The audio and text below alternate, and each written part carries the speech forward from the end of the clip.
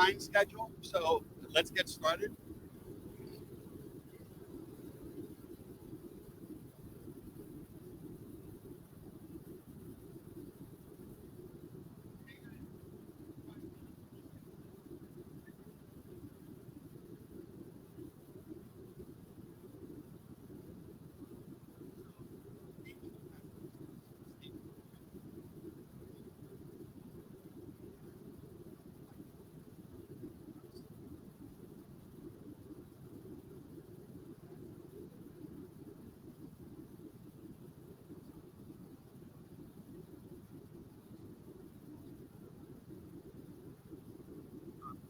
Does that broadcast here? In any case, one of the things we do is the application that there's space when students are in the classroom, there's a unified campus infrastructure, campus programs, library resources, and so on. We had to there's students who we say based on resources. And that's an efficiency. Yeah. So even if we want to have that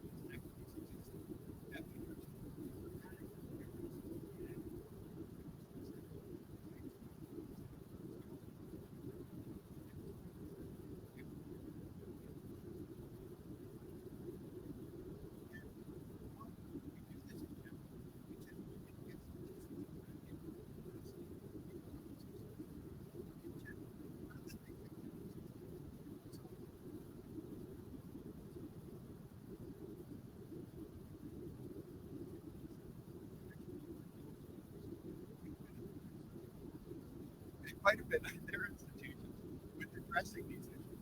And that's one of the things that I think we have is really something that we all factors when we're talking about when they saw students who had trouble connecting with the smartphones, when they saw students with network connections. We also saw that this was an issue affecting a lot of faculty as well. That, on our campus, our campus technology support services owned out more equipment to faculty who didn't have adequate technology. And we also saw lots of issues in terms of inequities, in terms of child care and so on, which made it much harder for faculty to work with this stuff. And so during the pandemic, we saw the kind of support being provided. And faculty support people for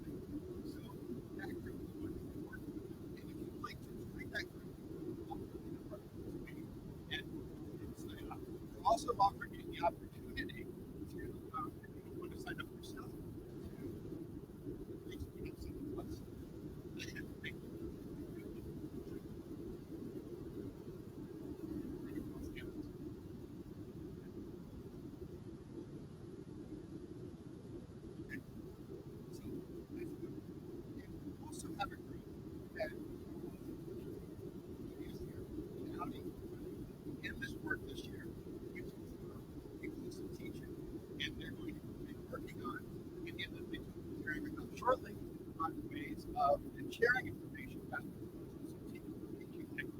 And one of the things we're planning for next year is teaching symposium that will be taking place likely in the spring. Absolutely, probably in the spring of next year. And if you'd like to join that group, again, sign up with this form, and we'll add you to that. They'll be taking up their work again in late summer. And after 2 years, we go to conferences. Together.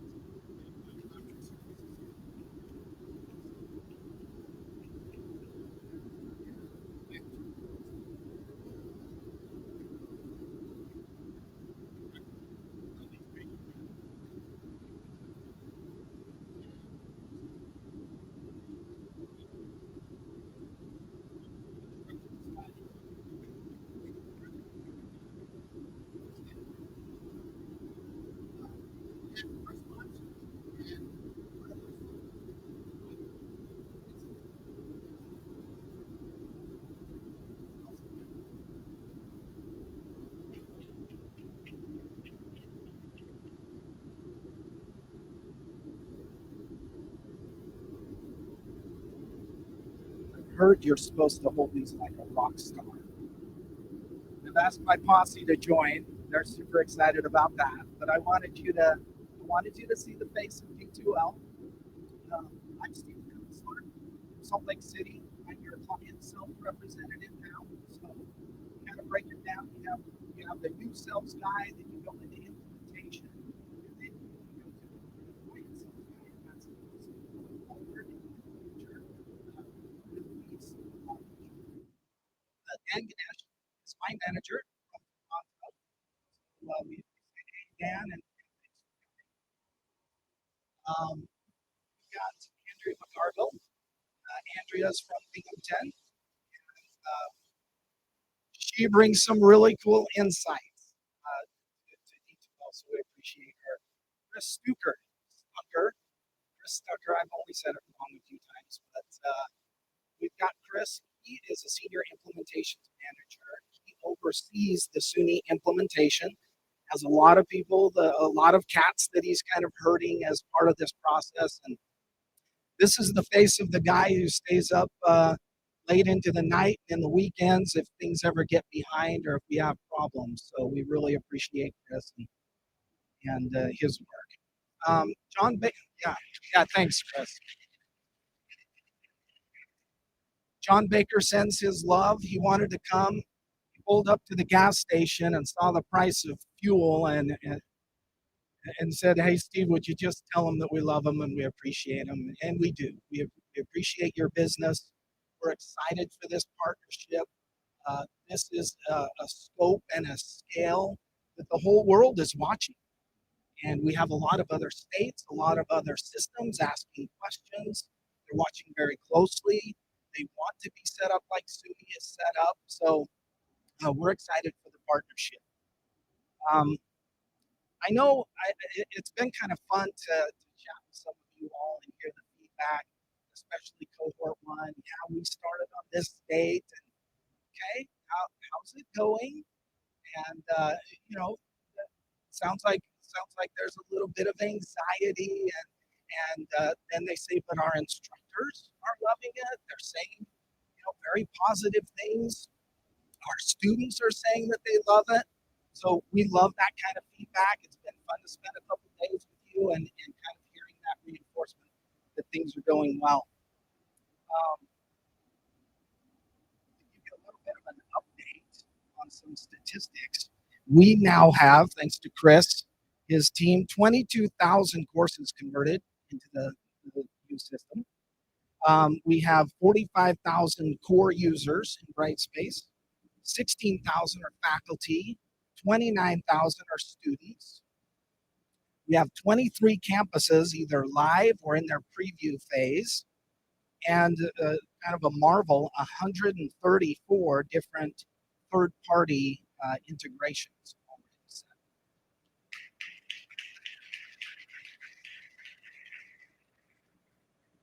Now, I know change is hard, even if it's really something that's cool and you've been looking forward to, I get it.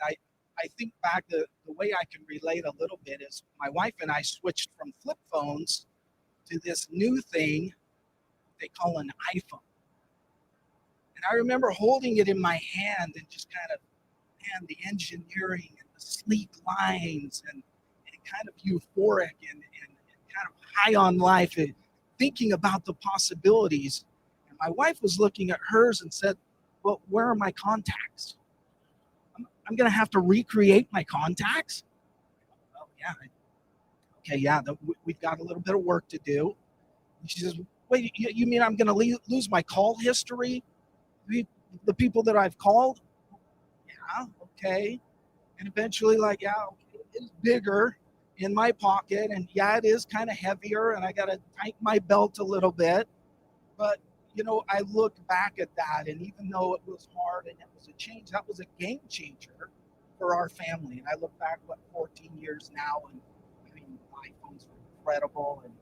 And I know this is a lot more impactful than just a phone change for you all. This is your daily lives. But I hope that you see us as a partner that's invested. We're going to do everything we can to make it a fun adventure, to make it as painless as possible, even though you might have to type your contacts in or something like that.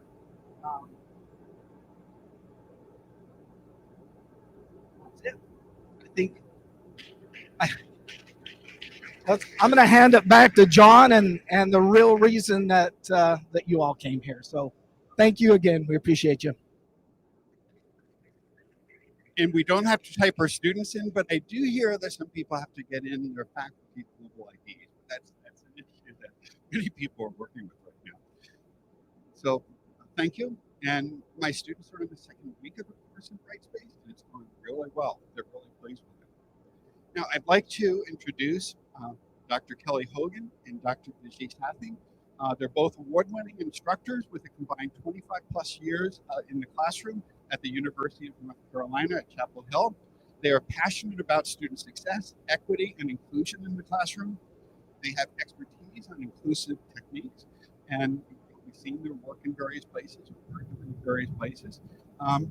They work with students with inclusive techniques and active learning in any size crowd because they both teach classes routinely with hundreds of students. On their campus, they lead innovative classroom and diversity administration initiatives that benefit all students, faculty, and staff. Both are leading the campus in curriculum reforms, bringing course-based undergraduate research experience and makerspace courses to all disciplines. Kelly and Vijay have shared their work with faculty through hands-on workshops at numerous types of institutions, including ours. Both are featured experts in the AQ course on teaching effectiveness. They've been active in the scholarship of teaching and learning in the respective disciplines of biology and statistics, and the work has been featured in a number of national publications, such as the Chronicle of Higher Ed and the New York Times, and some podcasts periodically. Kelly and Vijay are the co-authors of Inclusive Teaching Strategies for Promoting Equity in the College Classroom, which is scheduled for release in August 2022, but I've heard it may be coming out in July for those who have pre-ordered. My pre-order was placed on the date when active. So you can sign up through Amazon or the West Virginia University Press site directly. So welcome.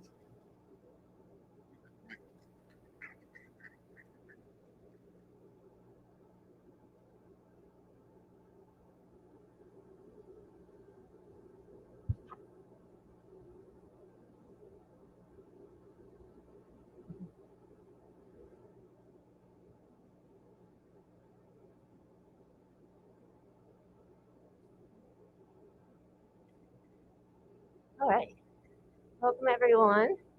So I'm Kelly Hogan, and Fidgy Savvy, and we're going to just do a little bit of modeling in terms of what we usually talk about with faculty as well. We find it a little hypocritical to stand up here and talk about inclusive teaching and then not model some of it. So we're going to go through that with you a bit. On the beginning of this screen, whenever we do workshops and when we have classes with our students, we like to give them something to think about and do as they transition from their world into the classroom. And so an example would be, as we get settled in, share a book, a show, or a movie that you've enjoyed recently.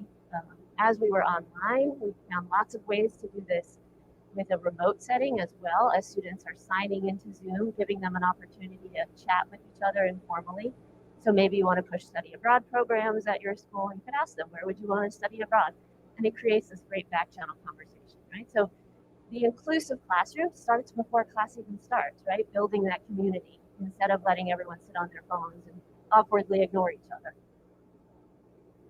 When I introduce myself, I want to make sure with my students that I am for sure modeling using my pronouns, and with any group, I use she, her, and hers.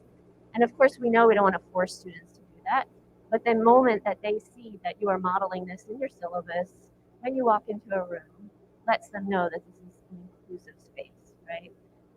And you see on this screen here in a large lecture hall, we use these file folders hanging down. This is a place where their name is, but they can be invited to share their pronouns, just like they can do on Zoom.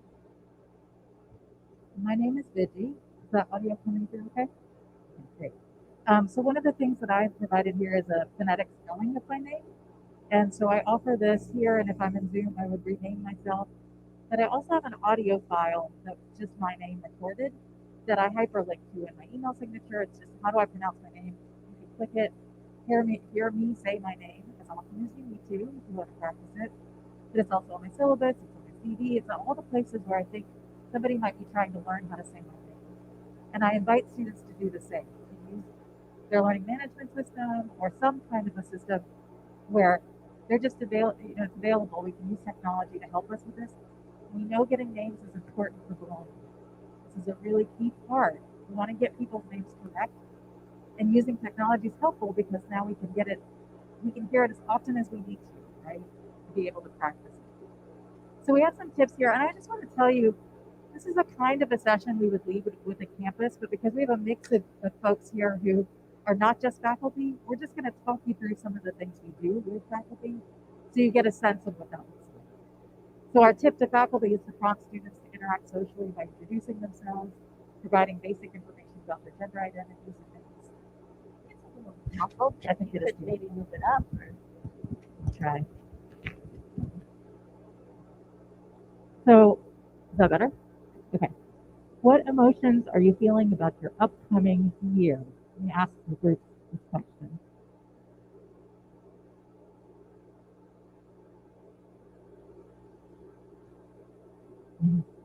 Right.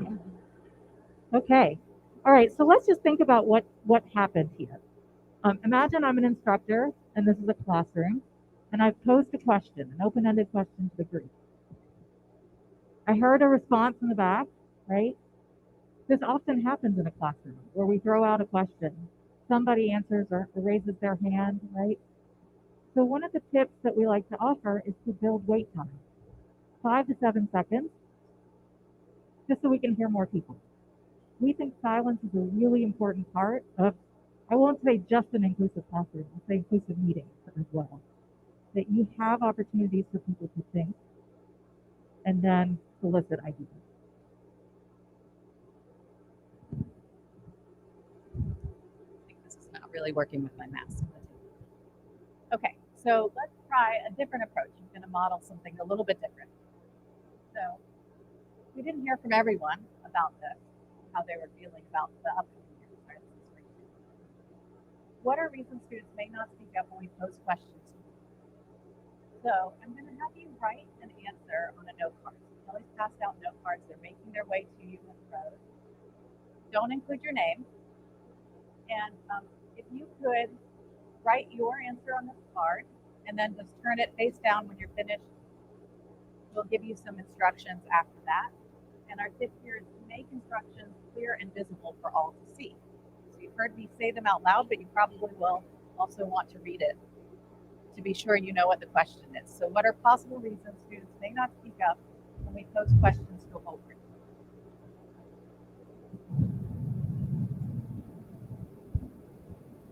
Is that better? Okay. If you're tuning in from afar, you can just be thinking about this question individually.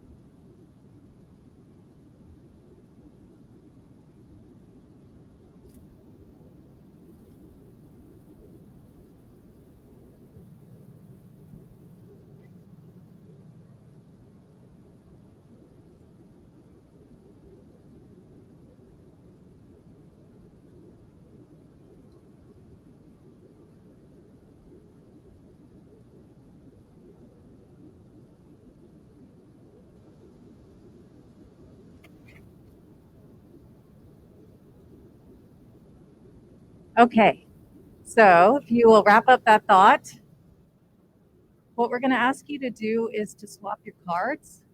So you can reach behind you and swap a card, you can reach across, you can stand up if you'd like. But the idea is to swap at least 2 or 3 times so the cards get thoroughly shuffled.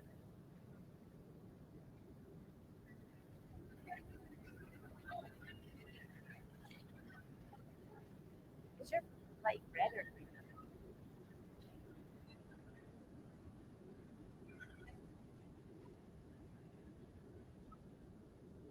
Okay, so if you could read the card in front of you silently.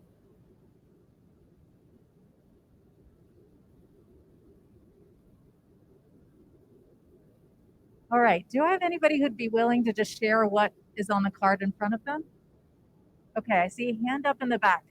Could you tell us your name and what the card says? Okay. Apprehensive. Okay, thank you.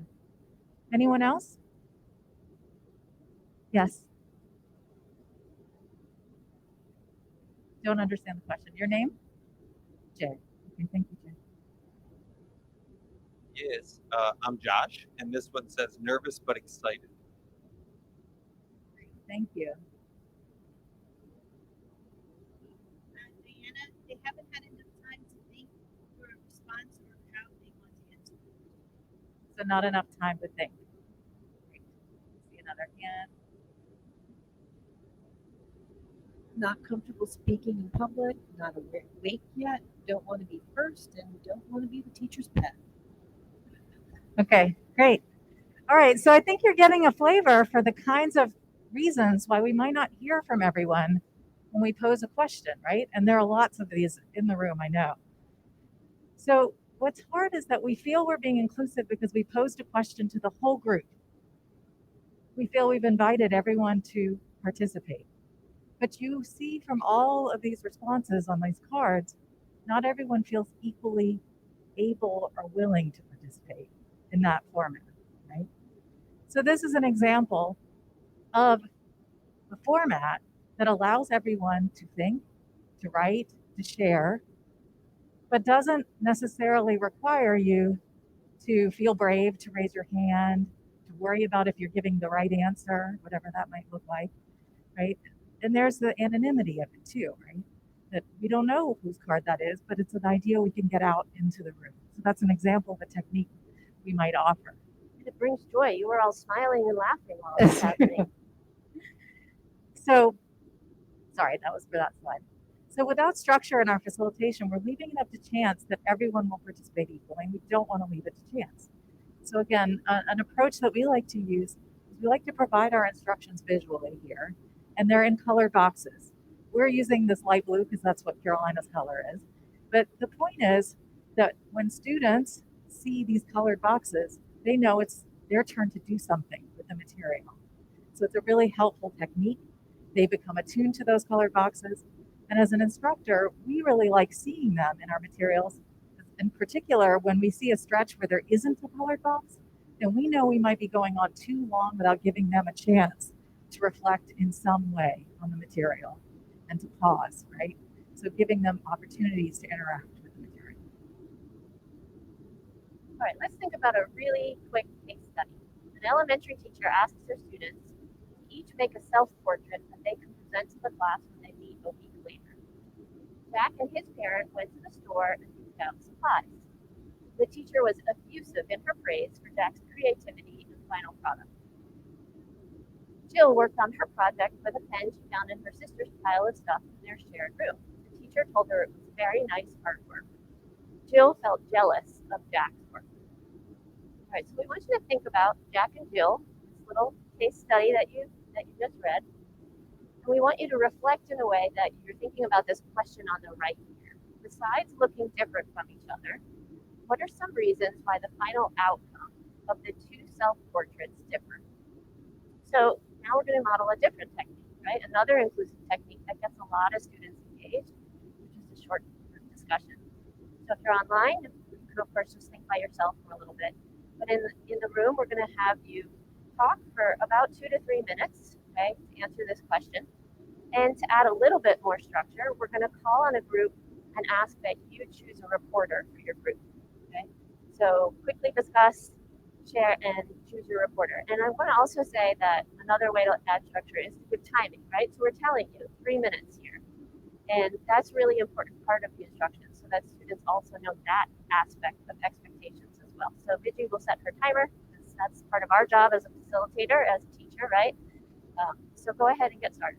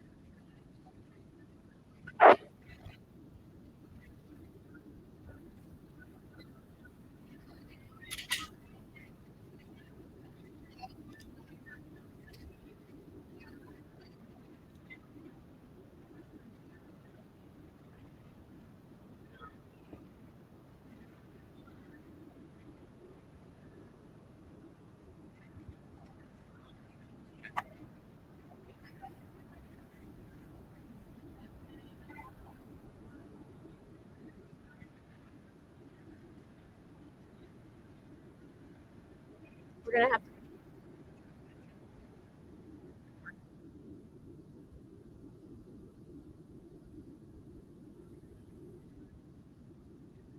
Okay, let's come back together. All right, let's come back together.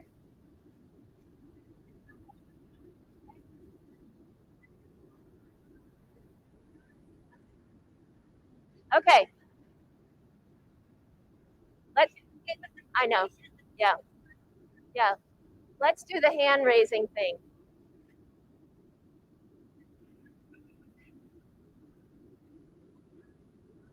All right. So when you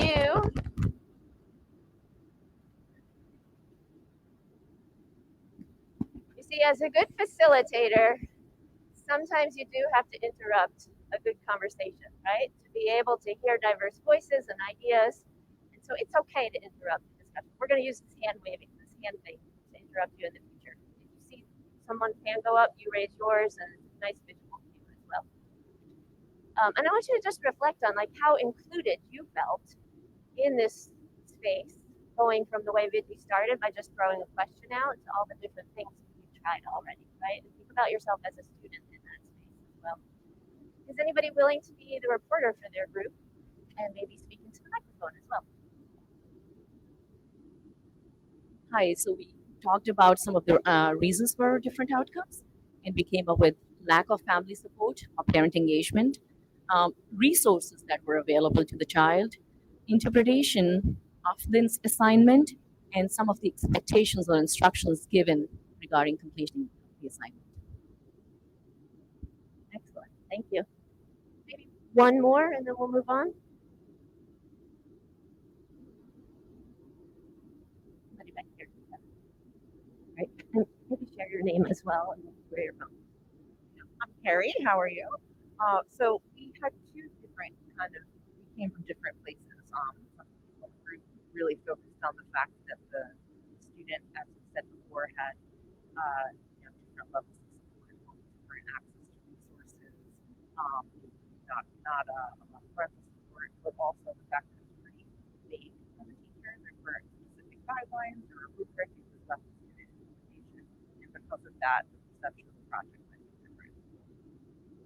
Great. Okay. So you all hit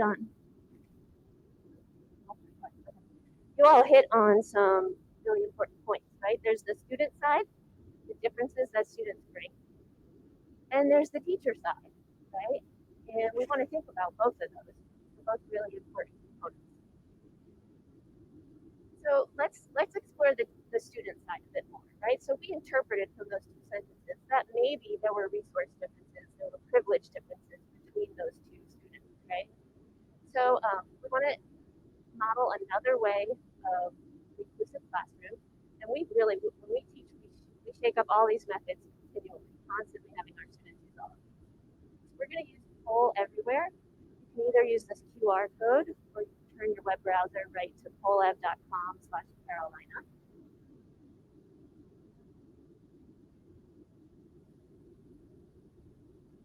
And so now moving to the higher ed classroom, the question is, what are some differences that affect how our students experience our higher ed classroom?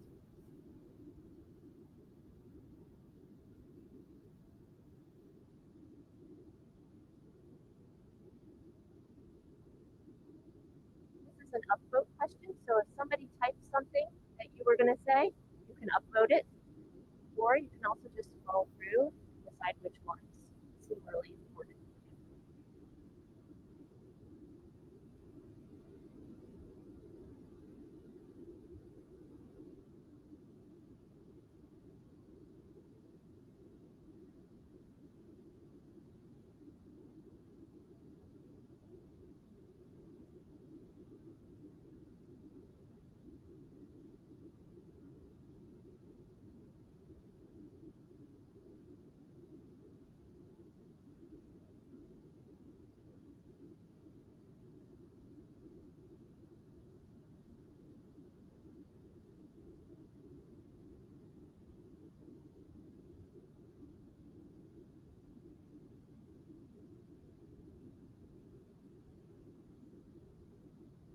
All right, so when we think about Jack and Jill, we were thinking about crayons and clay and differences in terms of parental support. I don't really see family or parental support here, but probably that is true for a lot of our students. Some have different kinds of levels of support, right?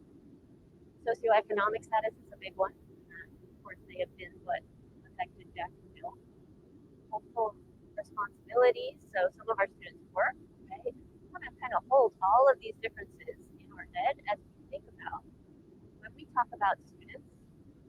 We have to think about all these different kinds of students when we're thinking about an inclusive classroom, right? And designing for all this diversity that exists. I also like this kind of poll because it's an upload. You get to immediately kind of crowdsource good ideas, but it's a safe way of sharing ideas and the best ideas from my students. All right, now the other piece of this was that you said the teacher didn't have a lot of clear expectations, right? And I sense that a lot of you talked about that in your groups. So we would say that students didn't have much structure, right? That's a word that we keep coming back to. So for example, the teacher could have said only pencils and crayons are used. And then the school can make sure every student has a kit with both pencils and crayons. And then both drawings might better reflect the diversity of ideas rather than the privilege of one family than another, right? So remember, Jill felt jealous. Jill had emotion about what was happening. But she didn't ask, can I have play, right? So when we think about in higher ed, the pandemic's a good example of this. When we switched to remote teaching, right? Some students didn't have laptops at home. They didn't have Wi-Fi. They didn't have the bandwidth to be able to do these things, right? And some institutions managed to make sure students then got laptops or provided hotspots for them, right? Now that's out of the realm of what the individual instructor can do. But the idea is that as instructors, that we are empowered to be able to bring some level of equity by thinking about the structure of our own assignments. So the take-home message here is really that unstructured learning environments can lead to unfairness, feelings of exclusion, and collisions of students' cultural background with the learning environment. But adding structure to the learning environment can mitigate unfairness, promote feelings of exclusion, and promote student success. So then, what does it mean to be an inclusive classroom? We think of this as the instructor and students moving away from assumptions that some students are lacking. So we just came up with this list of ways our students are diverse in America. We don't want to blame them. We don't want to blame diversity, right? We don't want to blame the students. We want to move toward the idea that learning environments and course designs lacking structure are a problem. So think about that. We're designing a workshop, we are teaching learning environment, right? How we're interacting with each other, curriculum. Who's in charge of that? We are, right? And we find that empowering. That it means if we're really intentional about the structure, that we can level the playing field for a lot of students, take away some of the feelings of unfairness. So we often get asked, how's active teaching, how's active learning different from inclusive teaching? And we don't think that they're different. But just because you're actively teaching and learning doesn't mean it's necessarily as inclusive as it can be. So we like to think of inclusive teaching as an overlay. So let's first just start with active learning. Right on one end of the spectrum, students might be taking notes as the instructor is talking and explaining. The instructor then poses a question. Students become more active as they're asked to construct ideas. And most active when they're constructing ideas collaboratively with peers. So with inclusive teaching, we ask this question: are there structures in place to ensure that all students have the ability to succeed with whatever it is you're doing, right? So if an instructor is talking and lecturing, and we know that there are student differences, some students are going to be at a disadvantage, potentially, right? You might have students where English is not their first language and you're speaking English with them. You might have students with learning differences. You might have students that come from a background where they were really taught how to take good notes. And then, of course, we've got students that are just fine, no matter what you do, they figure it out, right? So how to deal with that diversity? Be intentional with structure. One idea would be that the instructor provides skeletons. This is not simply just handing over PowerPoints. This is thinking about the organization and leaving blanks, right? So the students get to see how an expert organizes it, but they don't have to write everything down. Right? So it helps all those different student groups we just talked about. Does it harm the students that we're going to take good notes anyway? No. But they often really appreciate that kind of organization. Okay? They like that kind of structure. Constructing ideas means you're posing a question in the classroom. And the first time I started doing a lot of this, I teach 400 plus students in an introductory biology class. I had some great active learning prompts. I said them, and immediately everybody, what do you want us to do, Dr. Hogan? They turned to each other, what is she saying? What are we doing? You know, it was just chaos. And it was so clear that a verbal cue is not enough, because if you miss it for a variety of reasons, that's it, it's gone, right? And so when we think about like universal design and learning, multiple ways to access material, right? You've probably looked at the screen, even when you were doing your group discussions, you probably looked at the screen multiple times to think about what were we supposed to be doing, right? So those blue boxes help. Microphones, that's a big one, right? Can people even hear what you're saying and asking? A lot of times we'll be in spaces where someone will say, I don't need that microphone. I can talk loud enough, right? But the microphone is not for the microphone is for the diverse group of people in a room. And then pausing, right? If you ask a question and you want people to think, thinking requires some silence. And so silence is a really important part of an inclusive classroom as well. Being comfortable with that silence. All right, so just to give you a flavor of thinking about the structure, we're going to ask you, what structures can help more students succeed with group work? So before you dive in, think about that list of students and all the ways our students are diverse. Who might struggle with group work more than others? And what are some intentional ways to make sure that more students can feel included in group work? And that could be whether they're turning to each other in a classroom to talk for a few minutes or semester-long projects. Okay? So we're going to do this one with Fall Everywhere again.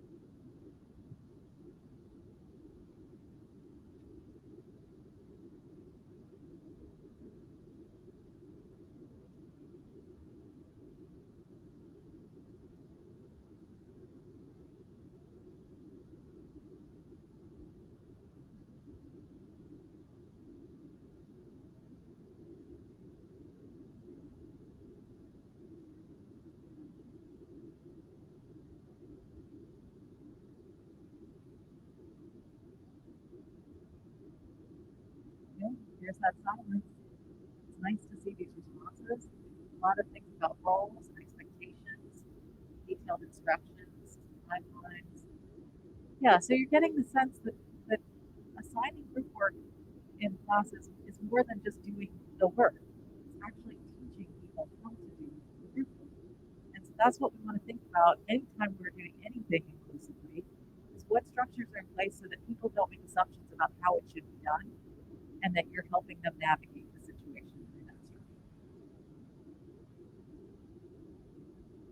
Okay, so the goal is not to spend a lot of time thinking about that one question. Let's just give you that framework. So whatever it is you're doing, asking, is there a way I can make this more inclusive? Right? And it's not going to harm the students that don't need those extras, but it is going to level the playing field for those students that really need it. So if we think about an inclusive classroom, we like to think about it in these two bits: course design, class environment. Course design, all the things that teachers do before they even meet their students. They make a lot of decisions about their course. Quizzes, exams, papers, projects, how many, how much is it worth, what are the policies around all of that, right? And if we have a low structured class in terms of design, who is being left behind, right? So think about a low structured class. Maybe you're familiar with a class that maybe has one or two exams, maybe one or two papers, and a final, right?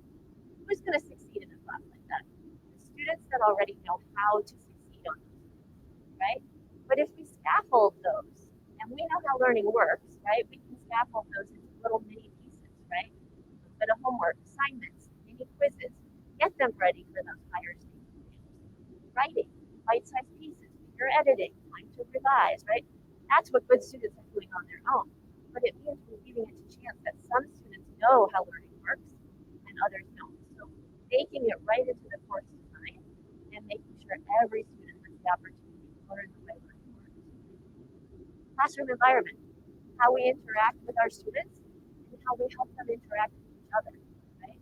A low course interaction would be if we just keep throwing questions out to the whole group like you started, right? all know, it's going to be the same 2 or 3 people that raise their hand the entire semester. That's not very inclusive. So if we mix it up with all the different techniques we've been modeling, everybody gets a chance to feel included. Anonymous ways to work, writing, talking, small groups, polling, right? All of that. So we want to share with you a little bit about our own stories, how we've used the things that we've been modeling for you, give you a sense of the results that we've had with teaching. So I'm going to get started. And it starts with a story of my change, okay? And it was probably around 2010 that I made some really big changes to my teaching. And it was because I saw data from previous years in this introductory biology course. And these are the data. 1 in 20 white or Asian students were earning a D or an F, but 1 in 4 underrepresented students were earning a D or an F. I've never seen data like this, certainly not for my own class, and I'm so disappointed. It's like a punch in the gut because I was told that I was a good teacher by my students, by my peers. I thought everything was going fine. But does this look like the results of good teaching? I really questioned that. At the same time, nationally, I knew that about 40% of students intending to major in the sciences with a science degree were actually graduating with that degree. That's pretty sad. But even worse, only 15% of minoritized students who wanted to be scientists were graduating with that degree. So I felt like we had a big problem nationally, but I had to own that I was part of that. I had some data about my own class as well. So clearly there were some systemic barriers. I'm not sure back then I understood how to talk about it. Now I think I understand these sort of structural barriers that we probably all have a better sense of talking about. Well, an important thing happened for me back then. I didn't blame diversity and I didn't blame students. I asked myself, what can I do to help more students succeed? And I would hope every teacher would have that reaction if they saw data like that, right? But they don't always. So we can all help them to see that even if you get data that you're disappointed about, that you might be able to make change. So I was learning from educational studies that it's practice, not lecture, that matters, right? And I probably don't have to tell this whole group all about that and how learning works. We know that technology can help us achieve those goals. For me, 1 person, 400 students, I really needed homework platforms, I needed polling.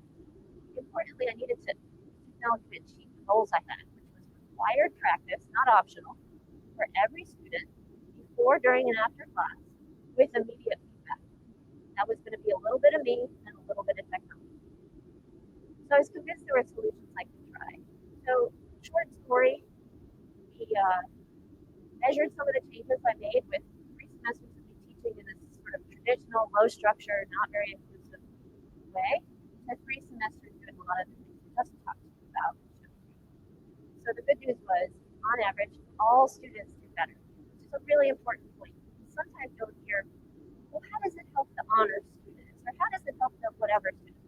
On average, all students benefit. But performance increased disproportionately for some students, which was great news. So first generation college students came in better. Now I hadn't seen data on that, but by the time I got these data, the difference between first gen and non-first gen students was completely erased. So that was in 3 semesters of trying this out. Black students, the educational opportunity gap was halved for those students. We saw differences for other minority groups, and failure rates dropped by 40%. This was really important, right? Because I was really disappointed that I was this gatekeeper in some way, right? So now more students have the opportunity to decide if science is for them. So I also like to ask faculty, have you ever seen demographic data like this? So whether you are teaching at your institution, or maybe you can just sort of represent the average faculty member, just maybe give me a thumbs up or a thumbs down right at your chest level. And I say chest level because we know doing something like this no longer feels anonymous and safe to students. So we'll just model chest level. Thumbs up or thumbs down.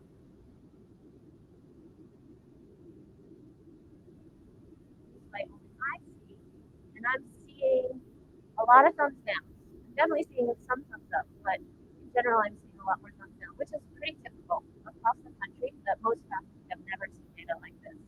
So I just wanted to give you some food for thought.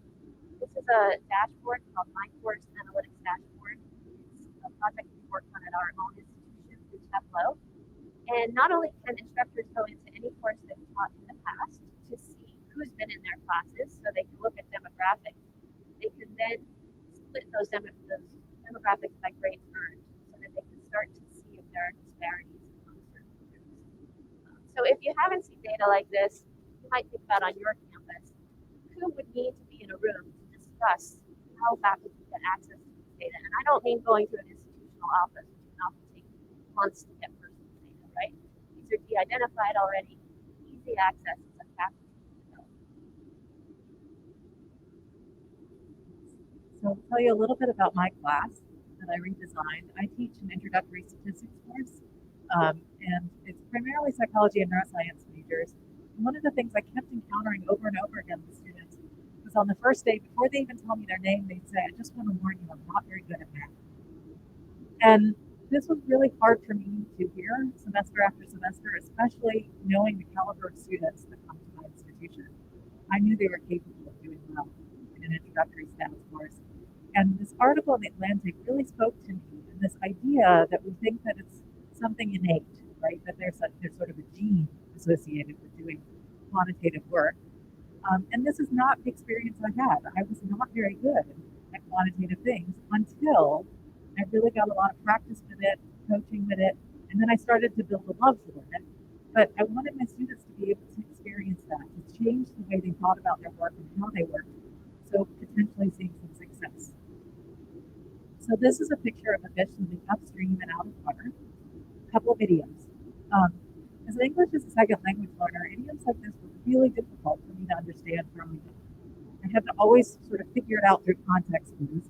And now I'm thankful for the internet. I can search what phrases mean and use them appropriately. This is what teaching felt like to me. It felt like I was swimming upstream, looking out at a sea of faces and wondering, are they with me? And not knowing until an assessment rolled around if they actually all were with me. And then it also felt like an out of water experience, but I wasn't utilizing my strengths as an instructor to watch them, to wonder, to not know, when what I really wanted to do was to walk up to them while they were solving problems and say, where are you stuck and how can I help you?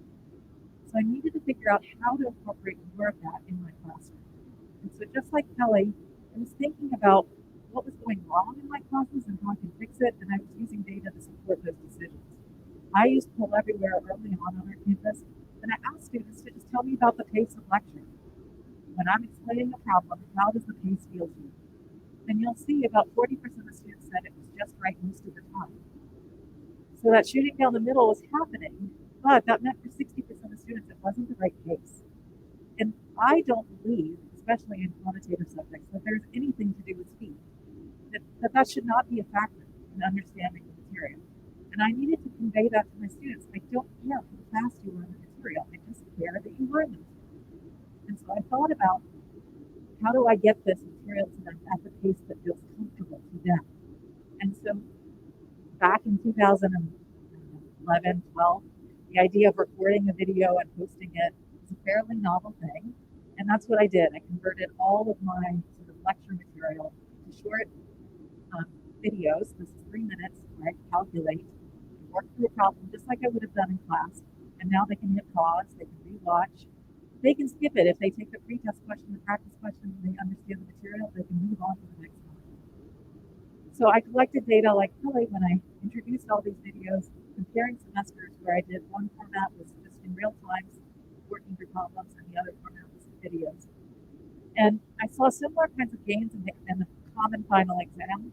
But another part that I wanted to highlight, not just the achievement part, is their interest in the subject matter.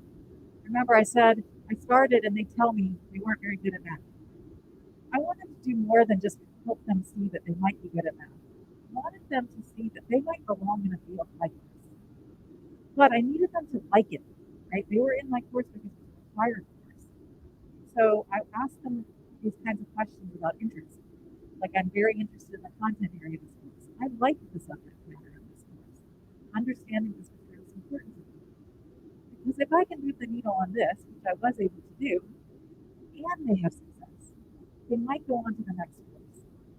They might seek out a research group, for example. Okay?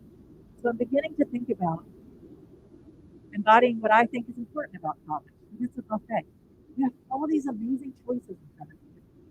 I want you to go back and choose the things that you enjoy and keep pursuing them. I don't want to be the gatekeeper. I want to be the person who invites you to the table and says, take whatever you like in as much of it. Because when I was going to my professional conferences, I'm often the only person who looks like me at those meetings. But when I go to my classroom, I see very different people. And I have to understand, why is there such a disparity between these two? And I am the first person they see in my discipline in an introductory course. We have the privilege, when we teach introductory courses, to be the person who's introduced. So I encourage you to especially think about those intro courses as the place where people can find your discipline. So I often ask when I work with faculty, I say, do you ever just stop and ask them about the pace of lecture? And I often see a mix. And the reason that I think it's important to ask, it's not just for your edification of like knowing that I should slow down or speed up, but it also is conveying to them that you're not going to speak loudly through the material. That it's important to you that they're getting it at the pace that feels comfortable. So I like to think about all the different ways we can collect data from students in real time to make adjustments, but also to help them see that you're caring about them. So we had a few objectives for you for the session. And the first was to explain inequities that arise in an unstructured learning environment. Second, describe techniques that add structure and equity. I'm going to give you a chance to brainstorm some ways to reduce inequities in your own courses. I'm going to offer a tip here, and that is, in any kind of meeting that you have, to have objectives, check them off as you go. Who doesn't want a list of check boxes, right? And over the course of the semester, after many lessons, you'll have a very long list that forms a nice study guide for students and shows all the accomplishments you've made over the course of the semester. So it's a really nice way to summarize what you're doing. So, we put QR codes on here for people who are joining remotely, that they're able to do this. If you're in the room, you have, or should soon have, scenarios. So they are going to make their way down the rows. So the scenarios are by row, but if you're turning around and talking, that's fine. Just make sure you have the same scenario, agree on one. Right. So I'd say if you're in the room, you don't need to worry about the QR codes. It's mainly for the remote participants. And before you get started, I want to give you some instructions. You're going to work in small groups on the scenario. I'm going to encourage you to take a little bit of time to let everybody read silently. And then brainstorm tips for the professor. We'll give you about 5 minutes to do that. This time, instead of a volunteer reporter, we're going to assign a reporter. The reporter is the person whose birthplace is farthest from here. Okay? So you have the instructions. Raise your hand if you have any questions.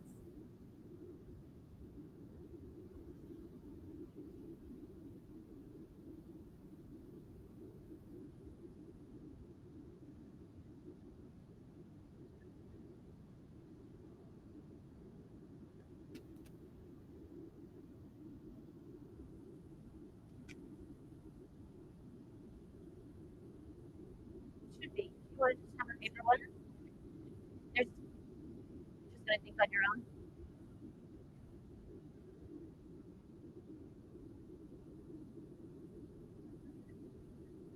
Okay.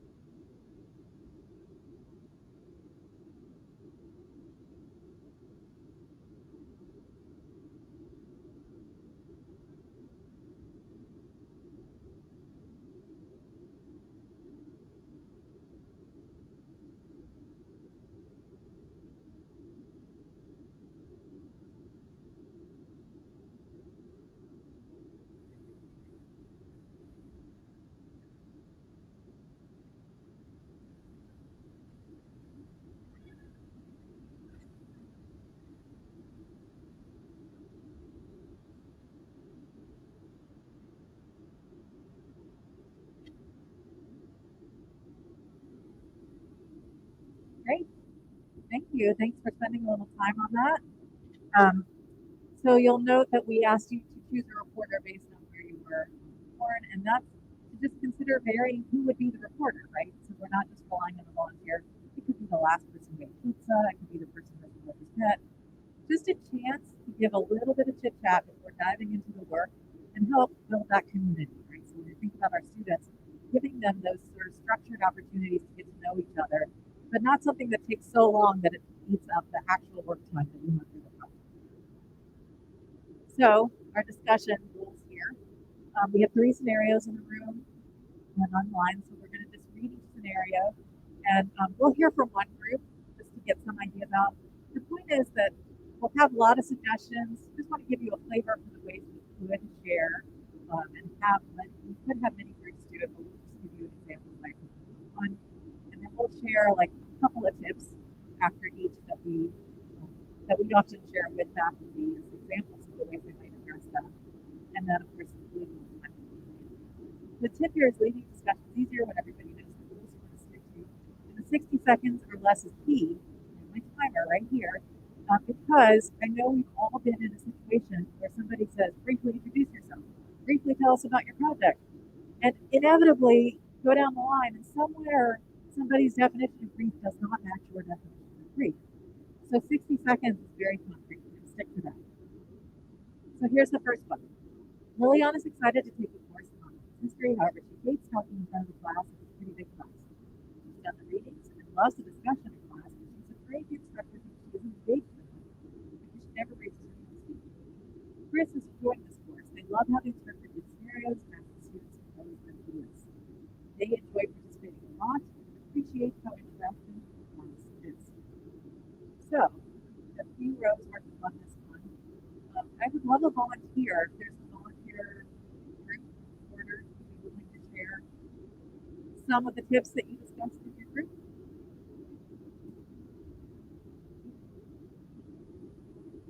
Okay, so you hand up.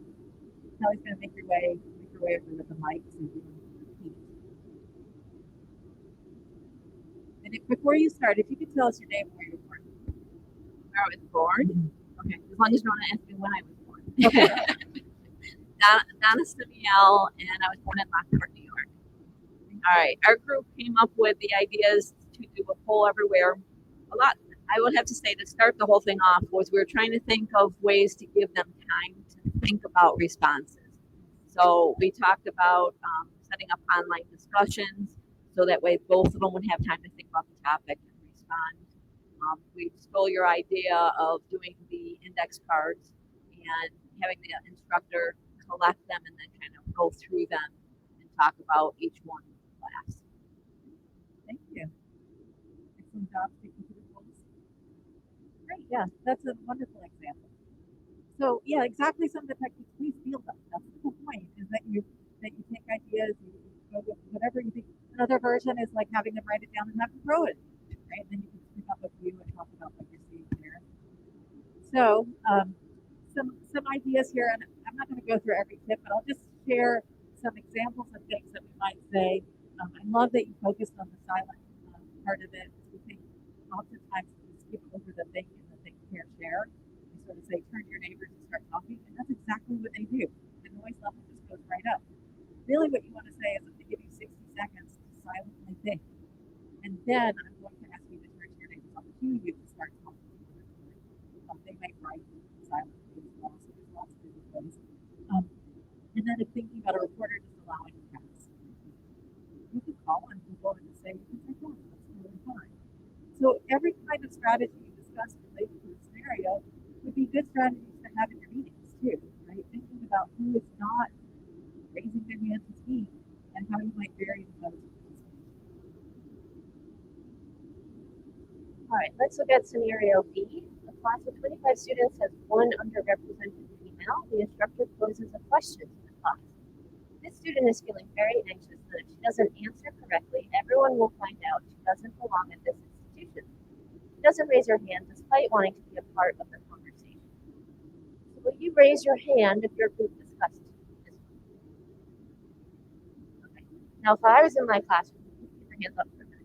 If I was in my classroom, I would do like a random call on those groups I would have them assigned in groups, and I would say, okay, group number 37, it's your turn, you're up, right? We'll ask from those groups, somebody willing to report out?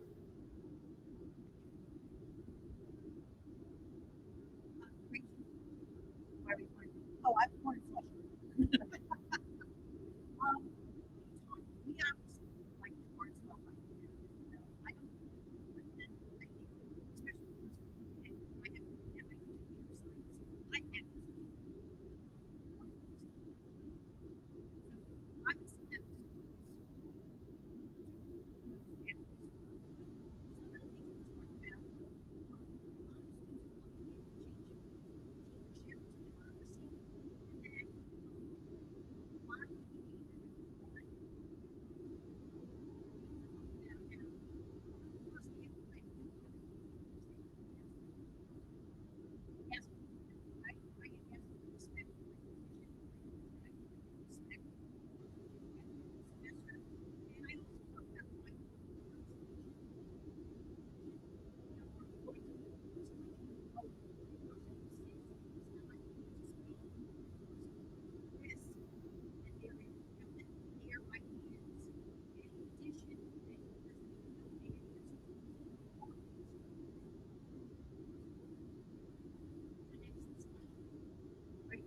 Lots of good ideas in there.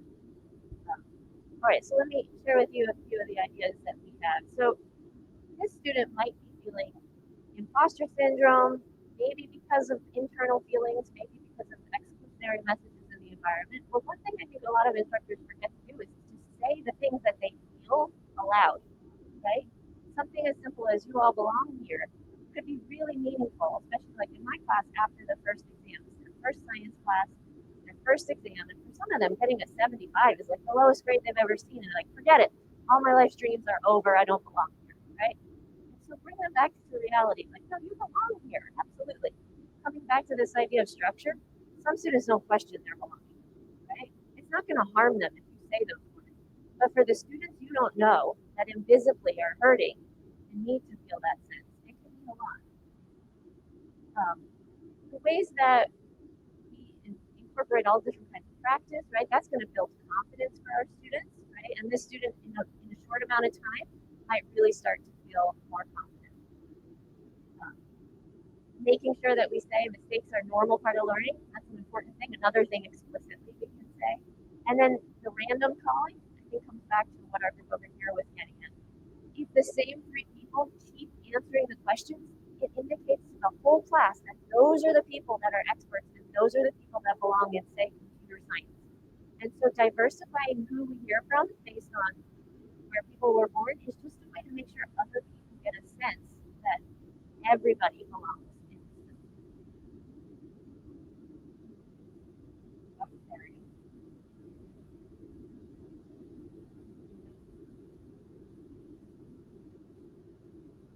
All right, that's better. An introductory biology course is taught by an instructor that gives 3 exams and a final. The syllabus lists topics, and the instructor sticks to these topics each day with a clear lecture via PowerPoint slides. The instructor is an engaging lecturer that many students like. There's a textbook and a campus help center that the instructor sends from one student. Taylor is a struggling student. He's from a rural town in the state, and neither of his parents attended college. He failed his first exam, and it seems that everyone else knew what to study and how to study. High school is a breeze, but he doesn't even know where to begin to approach this class. So this, I don't know about you, but this is a really common scenario, especially in our intro to STEM courses. So, is there anyone who would be willing to share some of the tips for this scenario if we discussed it in your group? Kelly's going to make her way over. So, tell us your name and where you're born. See, we get to hear where people are born, and that's the way of building community, right? Hi, I'm Maggie. I'm from, I guess I was born in Cleveland. There.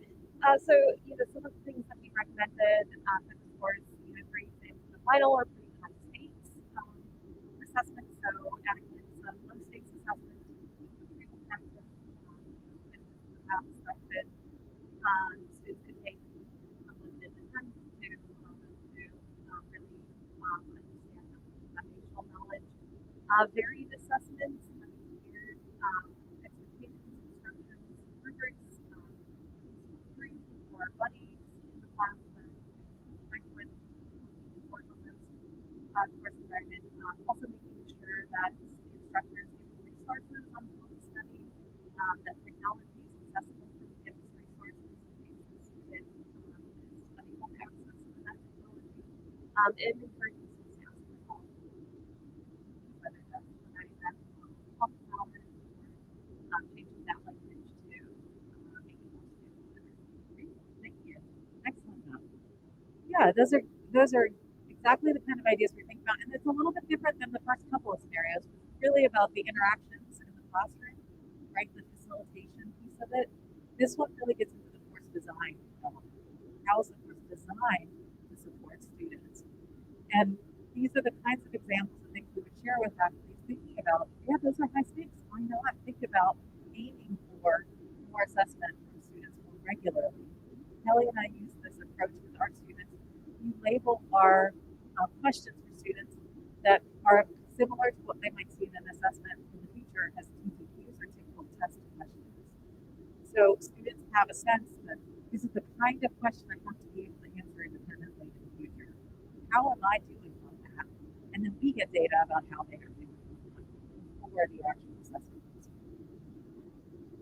And so again, thinking about the kind of resources that are available and the fact that they need to be required in order for people to do them.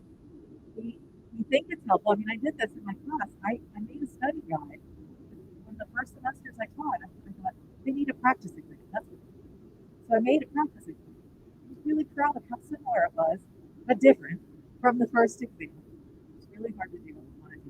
But did that, I put it up on the learning management system, only to discover the day of the exam, not everybody accessed that resource. And you could imagine who knew to take advantage of every resource available to them before an exam, and who didn't have the bandwidth to do that. So now it's just a sign up form for the exam is a complete practice. So thinking about who has the ability to do this work, and it's an important aspect of success, you think it's important for their success, to make it a required part. And that you have clear deadlines and dates associated with them, again, giving them many opportunities to understand when they don't understand. And that can be done through assessments, and that you're just aligned with objectives that you know. A grading schema, again, where there's a growth mindset embodied in it, right? Like when you're thinking about the fact that they are going to have a mistake. It isn't expected. So a low quiz grade is dropped. A couple of low quiz grades. The cumulative final exam substitutes earlier exam. Showing them all the places that you know it's okay to make a mistake, and that you can account for that in your grades. And then acknowledging the differences. This means that with the growth mindset. Those are examples of the kinds of things we might do on face to this. So I want to thank you for spending some time thinking about these scenarios. We went through them a little bit fast. Normally when we work with faculty, we slow down, we talk about each step. But we wanted to give you a sense of the kinds of things we talk about with faculty, and they have hopefully some confidence that they could go out and actually do these things. So we wanted to end by just giving you a moment to pause, have a little bit of silence, reflect on what we've talked about here. And now that we've spent some time thinking about inclusive teaching, there we go. Provide something specific you might do as a result of this discussion. And you can go back to the left.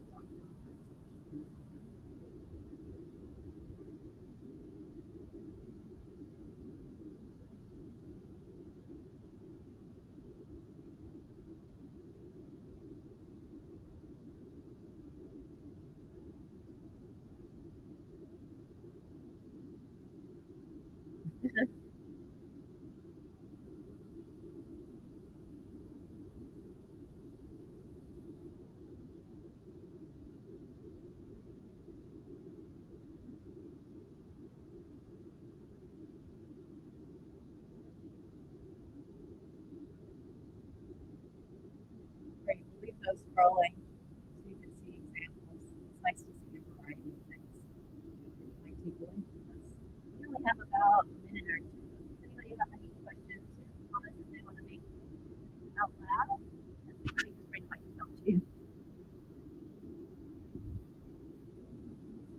question about the one you had your scan screen for the classroom. Some of our faculty comment, not everybody has a cell phone. So, talking about inclusivity and what do you do in an environment like that where you find a tool that's wonderful, but you don't think your students have access to it? That's a great so- question. Yeah, and there are a lot of low-tech ways to get at the goal that Full Everywhere poses, right? So if it was multiple choice, you can use like colored cards that have 1, 2, 3, 4, A, B, C, D. You could have them hold up fingers, and remember, like doing this is really vulnerable, but keeping it at your chest is not, right? And if it was something more open-ended, then the note cards swap is a good way to do that anonymously. At our institution, all students come in with a laptop, so we know that that's the case with our student population. We have a site license to Full Everywhere, but not the case everywhere. But the goal is, I think, what is the goal with that activity, right? And if it's anonymous, then there are different ways to do that as well.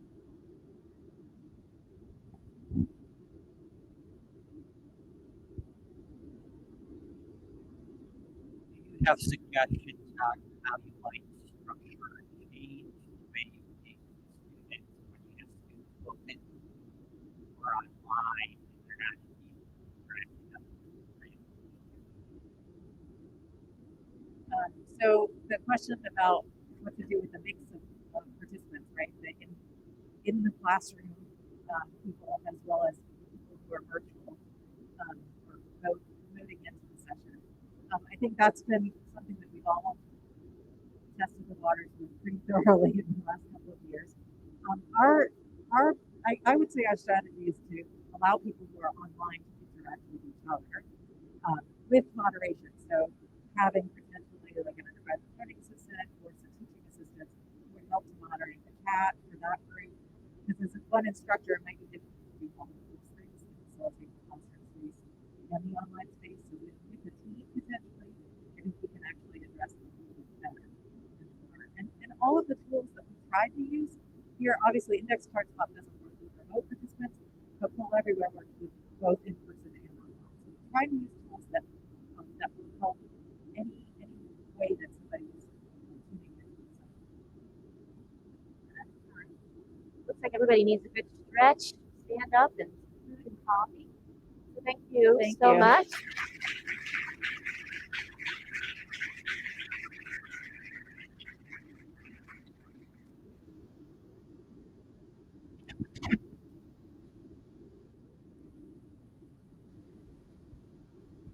Okay, thank you. And we're going to be going back to Lakeside Dining for lunch.